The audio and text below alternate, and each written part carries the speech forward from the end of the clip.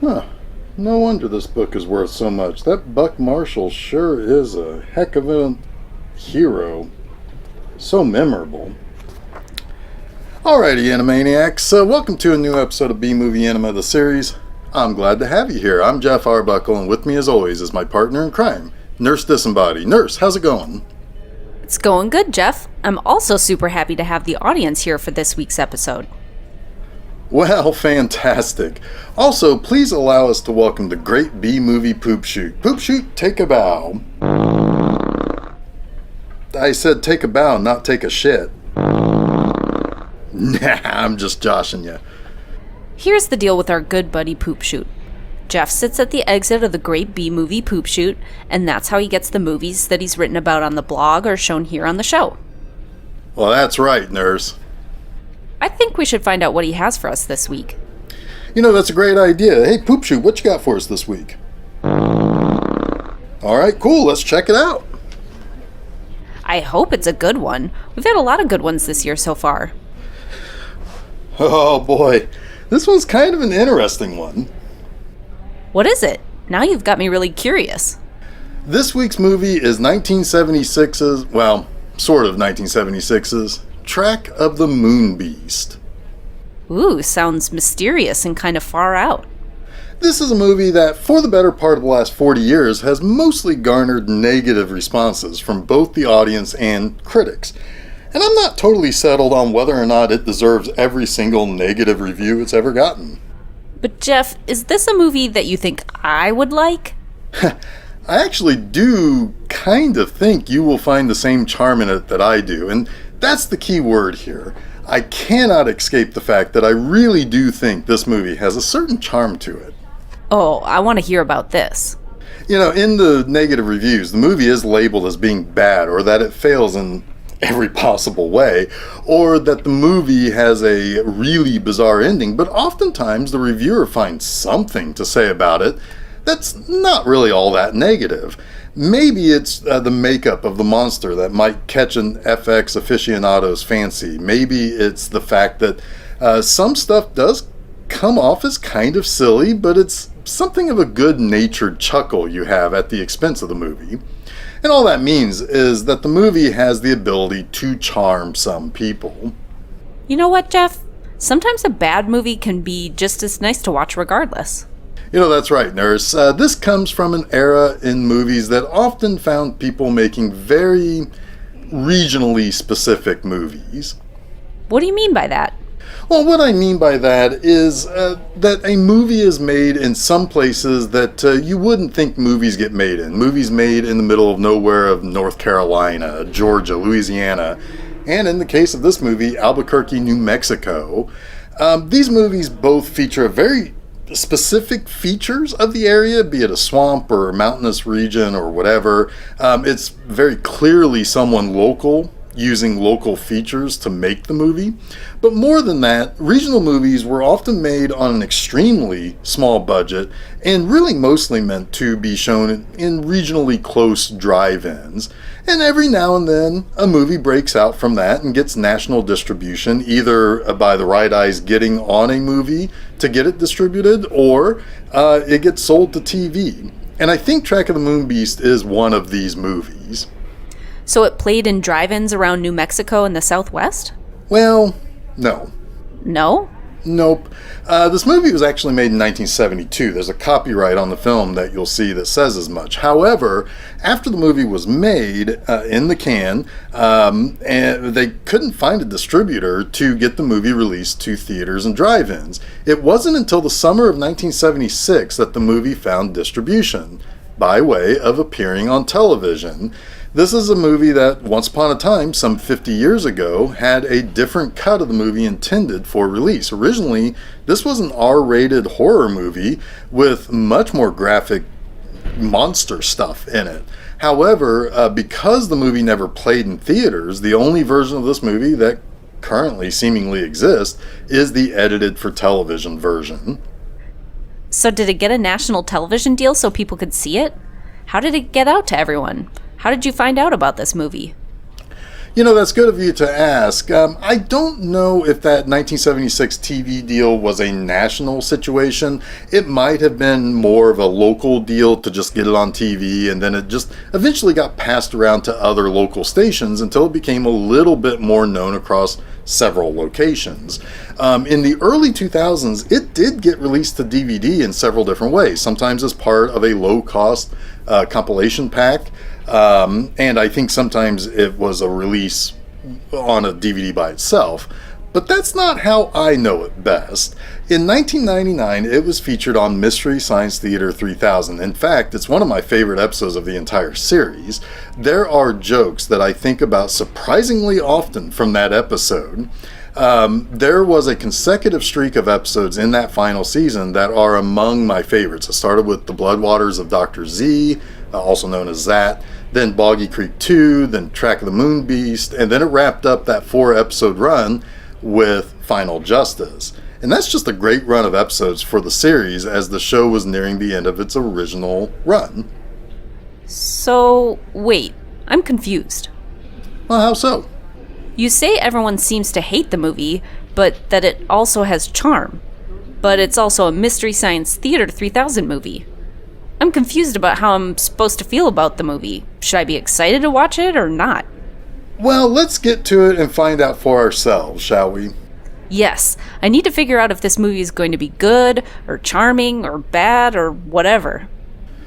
Great. Well, we'll be back after the first segment of this movie and discuss the director, the cast, Stu, and California Ladies.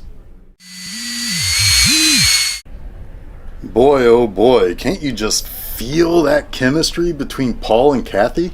Okay, yeah, Paul's a pretty boring dude, but you have to admit, he must be a Superman or something because he got domed by a meteor from space and walked away with only a scratch on his forehead. Well, that's pretty amazing. You know, what's amazing is that Kathy likes this guy. He is shockingly dull. Hey man, I'm telling you, he took that meteor like a champ. He clearly is a Superman. I guess. Track of the Moon Beast was directed by Richard Ashe, who was listed as Dick Ashe in the credits. This was the only film he directed. However, he did have a trio of credits as an assistant director. The most important of these was in 1970 when he worked as the second assistant director working under Frank Perry on the film Diary of a Mad Housewife. That film earned the lead actress, Carrie Snodgrass, a Best Actress Oscar nomination. Ashe's career lasted only about 3 or 4 years. By the time this film was released, he had already been out of working on films for a few years. You know, I don't think the movie seems poorly directed. Maybe it's a little bland, and I guess that does make you think this movie was specifically made for TV. Yeah, no real notes from me on the way that he directed this movie. However, maybe where the really not so great stuff is from our cast. Our king of charisma, Paul, is played by Chase Cordell. Now, Cordell was a bit player in movies and TV before and for a little while after this movie. Track of the Moon Beast is pretty much the highest profile role and the biggest role in anything he had ever really done. Yeah, I mean, he was out there in the desert digging around and people were trying to scare him and he had no reaction to it. He didn't even seem all that interested in those people when they were trying to apologize to him for, I guess, scaring him? Yeah, I freaking love that first scene of this movie. If anything tells you that maybe you're in for a long, hard ride with this movie and really make you question whether or not you can really like the lead character, it's that opening scene. Not only is Paul not at all scared by the sounds the others are making, but he doesn't even really react or seemingly accepts their apology when they come out to reveal themselves. He barely even acts like Johnny Longbow is actually a friend of his. That opening scene is so weird. Yeah, it really is. But through that scene, we also meet our love interest for Paul, Kathy Nolan. Now, Kathy is played by Lee Drake. Drake has 4 credits. This was her first, but she mostly has small roles. But the most interesting movie on her entire filmography would come in 1985. In fact, it's the very next credit after this movie, The Return of the Living Dead. She's listed as the dispatcher in that. And I think we're pretty sure she's the one that the zombie asks to send more paramedics, but I could be wrong on that. Now, while I wouldn't necessarily say that Lee Drake does much in this except being trotted out and kind of acts a little bit like a bimbo and then instantly falls in love with this drip named Paul. Don't forget she also doesn't like Paul's lizard pet. No, she is not a fan of Komodo dragons. But what I was saying is, what is interesting is that Lee Drake does talk about this movie, maybe more than anyone else involved with this movie over the years.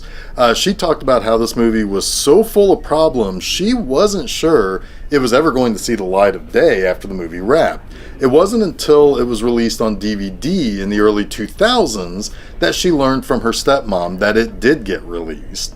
She didn't even know about the Mystery Science Theater episode? I guess not, but one person connected with the movie did, and I'll talk a little bit more about that later in the show. But now let's talk about the most interesting people in this movie. The first is Gregorio Sala. Johnny Longbow! That's right, Johnny Longbow. Johnny is by far the most interesting and engaging character in this entire movie. Every now and then, there's a movie that comes along that seems to want to couch itself in kind of like Native American lore. Later on in the 70s, there's the movie Manitou, which is kind of like The Exorcist, but based on Native American stuff. This movie precedes that by several years, but in this, you have Johnny Longbow, who lends context and will continue to lend context throughout this movie about what's going on and what's happening to Paul. He talks about a native concept around the origins of man, and I would love to know more about Sala because he's so easy to watch whenever he's on screen, and he does have a little bit of gravitas to him, and he's definitely more interesting than Paul and Kathy in this movie combined. Plus, he seems to have a pretty bitchin' stew recipe. Oh, he most definitely does. But as much of an earworm it is to hear Johnny Longbow's list of ingredients for his stew, it cannot hold a candle to California Lady! Ah, yes, California Lady. Perhaps one of the most remembered host segments on MST3K ever, at least for me, was their Behind the Music style documentary on the band that played California Lady. By the way, anyone remember Behind the Music? That shit from VH1 was fantastic every week. You remember that, Nurse? What do you think I am, some sort of boomer? Yeah, you young whippersnapper. Anyway, the song was performed by Frank Larrabee. Now, California Lady came from a 7-inch EP called Gypsy Song. That was released in 1973, and California Lady was one of the 6 songs on that EP. Larrabee wrote a few other songs here and there, but before this movie and before he released California Lady, he was part of a duo called Sigling and Larrabee. And they had a single album released in 1970. And while California Lady may be the song he will forever be remembered for because of this movie, that self-titled Sigling and Larrabee album featured a song called Philadelphia Girl. Philadelphia Girl! God, I hope that's what that song really is like. Oh man, what if all their songs have the same music and the lyrics fit into it that way? That would be hilarious. I mean, for all we know, it's the truth. But Frank Larrabee was convinced to appear in this movie. It just so happened that he and his band were staying at the same hotel that the cast and crew for this movie were staying at in the Albuquerque area. Basically realizing their opportunity to have a song by this band and have it be a scene in the movie in which Johnny Longbow, Paul, and Kathy can be doing a thing together, and Paul reveals that he's not feeling well and so on and so forth. They felt they needed to get this guy. They eventually convinced him to perform the song, and it was filmed there at the Days Inn everyone was staying at. Did the Days Inn have a concert hall? I mean, in 1972, I wouldn't be surprised if Days Inns across the country had some sort of theater or something. Wait, seriously? Only kind of, but then again, considering Days Inns were basically roadside motels, maybe it was possible that some had something that would provide, entertainment to long-haul truckers or people who were just passing through or something. Truck stops have all sorts of interesting things that you don't normally see at other hotels or motels, even on the side of the interstate, or even think might be at places like that. It's true. I've spent a lot of time at truck stops. I'm going to leave that one be, so let's get back to the movie. Sweet. I want to try Johnny Longbow's recipe for stew while we watch the next portion of the movie. All right, nurse, how's that stew coming along? Smells pretty yummy over here. You certainly can do an awful lot with chicken, corn, green peppers, chili, onions. That you can, nurse. That you can. All right, I think we need to talk a little more seriously about the script of Track of the Moon Beast. This is a peculiar script. There are several scenes, particularly early on in this movie, that feel really stilted and kind of exposition heavy. When we first meet our main characters, there are very unnatural ways that these characters and people talk about each other and to each other. Johnny Longbow talks to Paul about things that Paul did in the past, but he's saying it sort of to inform the audience and the other two characters who are there in earshot at the time, but it sounds really clunky because he's also talking to Paul about things that Paul knows he did in the past. It's very clunky and very bizarre. It's like that time you switched from wanting to write screenplays to writing a blog and then made this show. Well, that's right, nurse. It's also like the time that I started this show with a completely different idea for your character and then did an overhaul in season 2. It's like I always say, figments of your imagination and inner voices inside your head should have other talents. Like bird calls. Well, that's a talent? Bird calls? See, audience, people don't really talk like that when they know each other or even when they meet someone for the first time. It does have a feeling of something else that I have a great deal of experience with in terms of being a lifelong fan of. Comic books. You see, before say maybe the mid-70s or 80s, comic books were often written in a very simplistic style for the main audience of the time, children. Sure, comics could still lace in more complicated or mature themes for the older kids or young adults also reading the books. However, when most of the target audience are pre-teen, you need to figure out a way to provide exposition about characters, what their motivations are, what their relationships to each other are, and what their general personalities reveal about themselves. Another reason why you have to do this in a very specific way is that any individual comic might be someone's first for that series, so it requires backtracking certain things with characters, flat out telling people what relationships the characters have, and so on and so forth. Now, there are two ways to do this in comics, with caption boxes used with flashbacks or with direct dialogue between characters. And a lot of comics later adopted kind of like a where we are at kind of first page, where it kind of catches people up in more like a prose style and then moves into picking up the action at that point. Now, if this was a comic book, then the dialogue between Johnny Longbow, Paul, Bud, and Janet would be kind of normal. Even the way they're positioned with no additional business happening with the characters. The business being what people do when they're on screen. You walk over, you get on screen, and then you do something with your hands. That's called business. It's what I'm doing right now. This is business. But they are in a lineup and talking to each other in a master shot. Even when Kathy comes over, she joins the lineup, and then the dialogue happens the exact same way as we saw. That scene even ends with Kathy and Paul giving exposition about Johnny Longbow's name in comparison to the name that she knows him as. Johnny Longbow is his native name, and she knows him as Professor Salinas, which is his English name.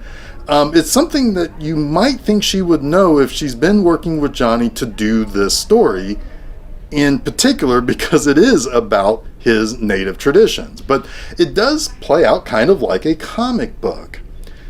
Now, there might be a reason for this. The movie is co-written by writing partners William Finger and Charles Sinclair. Finger and Sinclair worked on TV shows like Batman, 77 Sunset Strip, and co-wrote the film The Green Slime, which we briefly touched upon earlier this season when I mentioned Luciano Paluzzi during our episode on Gunmen of Ave Maria. Now, it's funny that Sinclair completely forgot he wrote this movie until his son called him to tell him that Mystery Science Theater 3000 was featuring the movie in 1999. That alone is fascinating because it's not really like Sinclair had a huge career. This was the final movie he was credited for writing. He appeared as a caveman in the Flintstones movie in 1994. I guess he sometimes did stuff in front of the camera too, but he wasn't really even in the business at the time this movie finally got released. But no, the key figure here is Sinclair's writing partner, William Finger. If you are a comic book fan, then you know him as Bill Finger, and he's one of the most important Golden Age comic book creators of them all, and one of the more sad stories in the business. Finger was born in Denver in 1914. Like many comic book writers in the early days of the Golden Age brought on by Siegel and Schuster's Superman, Finger was born to a Jewish family. Later in life, the Fingers moved to the Bronx, but when the Great Depression hit, Bill's father was forced to close his tailor shop. But in 1938, Bill Finger was an aspiring writer, but was holding a normal part-time job as a shoe salesman. He met Bob Kane at a party. The two had attended the same high school, but in two different classes. But Kane had started up a studio and invited Finger to join it. Kane would end up giving Finger a job ghostwriting two comic strips, one called Rusty and the other called Clip Carson. 1938 was the same year Superman premiered in National Comics, later known as DC Comics. Bob Kane, in the scramble that ensued for writers and artists to sell the next great superhero, conceived the idea of the Batman. He did some drawings and shared them with Bill Finger. Kane's original idea for the Batman looked a little bit more like a trapeze artist. He had red tights, a domino mask, not a cape, but wings that were more stiff, and then no gloves or gauntlets or anything on his hands. Now, Finger made the suggestion that the character should wear a cowl instead of the Mystery Man-style domino mask. And then he put him in a cape instead of the wings and gave him gloves to wear. To give him more of what would eventually become his Dark Knight style, Finger also suggested that he get rid of the red tights and settle for something darker in tone. Finger also conceived of the idea of the alter ego being Bruce Wayne. Now, Bob Kane never denied that Finger was a major contributing force in the creation of Batman. He even credits Finger for giving Batman the detective and scientist angle that he's so well known for throughout the decades. Finger also helped create Robin and then the Joker, which was the Joker was really co-created by Finger and Jerry Robinson, but Kane claimed that he was really the co-creator with Finger. History suggested otherwise throughout the years. Now, Finger was also involved in the creation of the Penguin, the Riddler, Scarecrow, Two-Face, and Calendar Man. All these villains were introduced in the early days of Detective Comics and the Batman title. Now, Batman and all those characters I just mentioned weren't the only characters Finger worked on. Just after Batman's debut, Finger was brought in to work with artist Martin Nodell on the creation of another very popular DC Comics character, the Green Lantern. Now, Nodell had basically already conceived of the character, and Finger was there more to write the scripts of the early stories and flesh out some of the character stuff. Now, eventually, Finger left Kane's studio and became a direct employee of DC Comics. There, he was able to work on Superman, and while writing the Superboy title, he created another long-lasting DC Comics character, Lana Lang. Now, in the 50s, coming back to the Batman book, he introduced more characters like Clayface, Batmite, the original Batgirl, Betty Kane, and Ace the Bat-Hound. There were lots of comics and companies that Finger would end up working for in his roughly 25-year career in comics. But here's where things start to get a little unfortunate. In the golden age of comics and the earlier years of the silver age, bylines weren't all that common in comics. Now, while I know some writers were more than okay with this because they wanted to be thought of as serious writers, and if they were known as comic book writers, it might make it a little bit more difficult for them to secure serious and continual work as a published writer. Stan Lee changed his name to Stan Lee so that he could pursue his regular writing career, if he wanted to, with his birth name. However, there never were much in the industry in terms of standards for giving credit to creators. Some of this was a trade-off for writers and artists to have job security. The publishers owned most characters and work, but the writers and artists had steady work. And I can see how that might be incredibly important early on during the end of the Depression. But Bob Kane, since he had his own studio, had some negotiation power to make sure Batman would have a byline, for himself at least. But this severely screwed over Bill Finger. Kane's negotiation with National Comics was to sign away ownership of Batman in exchange for a sole byline in the comics that gave Kane sole creatorship over the character. Now, like I said, Kane would state that Bill Finger was an important and key person in Batman's creation, but Kane would never really give Finger published credit. Kane was never shy to be the public face as the creator of Batman. I would say that he took a page, again, from Stan Lee's book of being the public face of an empire, and he was very keen to always want people to be aware of what he claimed he created, which was that he created Batman on his very own. He would go on to say in the late 80s, as Tim Burton's Batman movie was taking the world by storm, that he would lament to his wife if there was any way for him to go back in time before Bill died, he'd give him co-credit for Batman.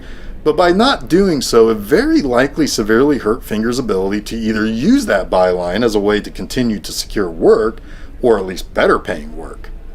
Now, Kane would say that he would always tell Finger how important he was and so forth, but that always seemed like it was either in private or a way for Kane to sound better in public that he did express his appreciation for Finger and what have you. But still, Kane, for a big chunk of Batman's history, was credited as the sole creator. Now, Finger did get credit for some of the characters he created, but none on the level of Batman. It wouldn't be until 2015 before DC agreed to begin giving Finger co-credit for Batman's creation in comics and in other media. And it was 2016's Batman v Superman: Dawn of Justice that showed Bill Finger's name in the credits for the first time as the co-creator of the Caped Crusader. But it was too little too late in my humble opinion. Finger was married twice, but he was no longer married when he died in early 1974.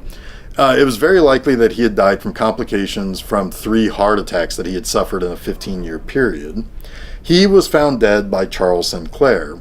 It was believed that Finger suffered from poverty, and aside from a son, Fred, didn't really have much else in terms of family. For a long time, Sinclair thought that Finger was buried in an unmarked potter's grave, but Fred had actually collected his father's remains, cremated him, and spread his ashes in the shape of a bat on a beach in Oregon. Fred's lone daughter, Athena, born after William Finger's death, would herself lose her father to AIDS as a teenager. Athena and her son are the only living heirs to Bill Finger. She was the one who ultimately restored the legacy of her grandfather that she had never met and helped Bill get the credit he so long deserved for Batman. Now, it's Bill Finger's name on this film that makes me appreciate this movie a little bit more than I probably should as a, movie guy person. This was likely the last thing he ever did as a writer. He didn't see it get released, and maybe that's for the best. Still, his name is an important one in the history of a different medium, sure, but an important one nonetheless. Now, if you are interested in learning more about Bill Finger and the fight to restore his legacy as co-creator of Batman, there is a wonderful documentary on Hulu called Batman and Bill that I highly recommend. All right, Jeff, the stew's finished. Let's give her a shot. Oh, okay. Well, let's see what we got here. That is a great stew. What were those ingredients again? Chicken, corn, green peppers, chili, onions. It's an old recipe from Johnny Longbow. Well, I'm going to finish up this yummy stew and get back to the thrilling conclusion of Track of the Moon Beast. Sadly, things don't quite work out for Kathy and Paul. Johnny Longbow shows how he earned his name by hitting Paul with an arrow that ultimately kills him and puts the Moon Beast in the fucking ground. You know, it sure was good of that doctor to share Paul's x-rays with him. Yeah, that's one of the charmingly kind of dumb things about this movie. The doctor comes in and says that he looks at Paul's x-rays, but they don't normally discuss the results with the patients. Again, dumb, but something I'm more than happy to brush off in this movie.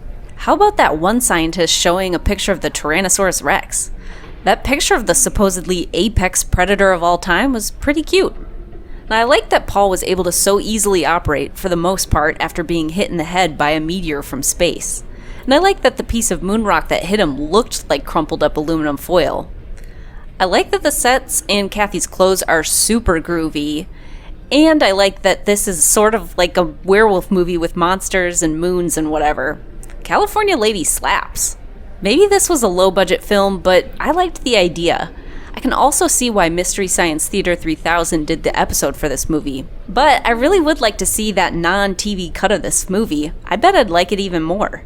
I gotta give this movie a perfect 5 poops out of 5.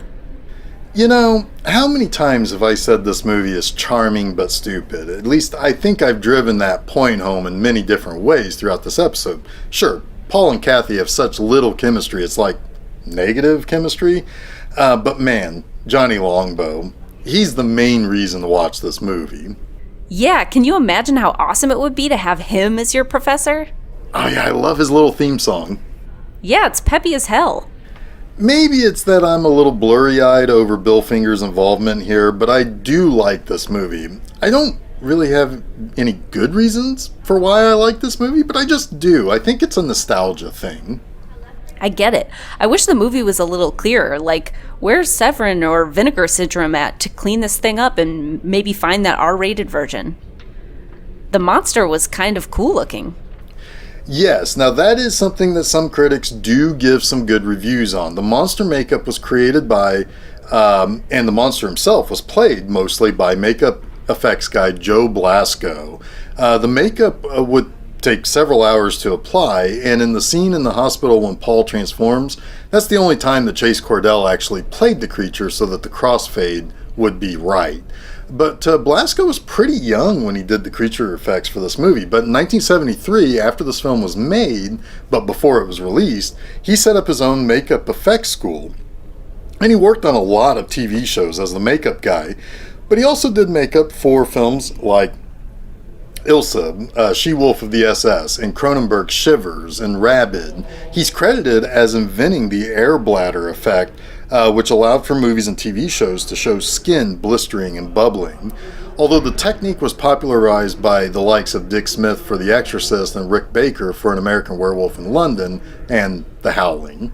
Now, Blasco would become the personal makeup artist for several big names. This included Orson Welles, Olivia Newton-John, and Bette Midler. In 1983, he started his own cosmetic company called, appropriately, Joe Blasco Cosmetics. Who would have thought he'd call it that? Well, you know, I don't have much more to say. What about you? Nothing here, Jeff. Oh, you're a moon beast. Looks like it. So, you gonna try to kill me? Nah, just gonna hang out over here and be a moon beast. Cool. Cool. Do I look like a T-Rex? Yeah. I was hoping for a T-Rex look.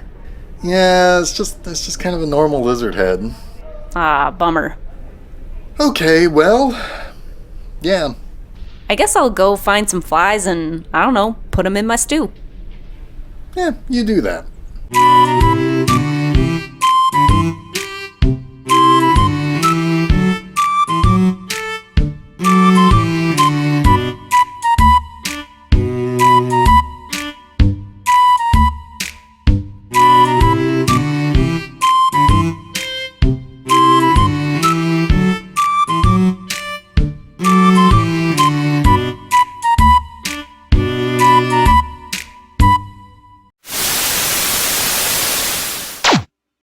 That's a great stew. What's in it? Oh, a lot of things. Chicken, corn, green peppers, chili, onions. Well, it's an old recipe around here.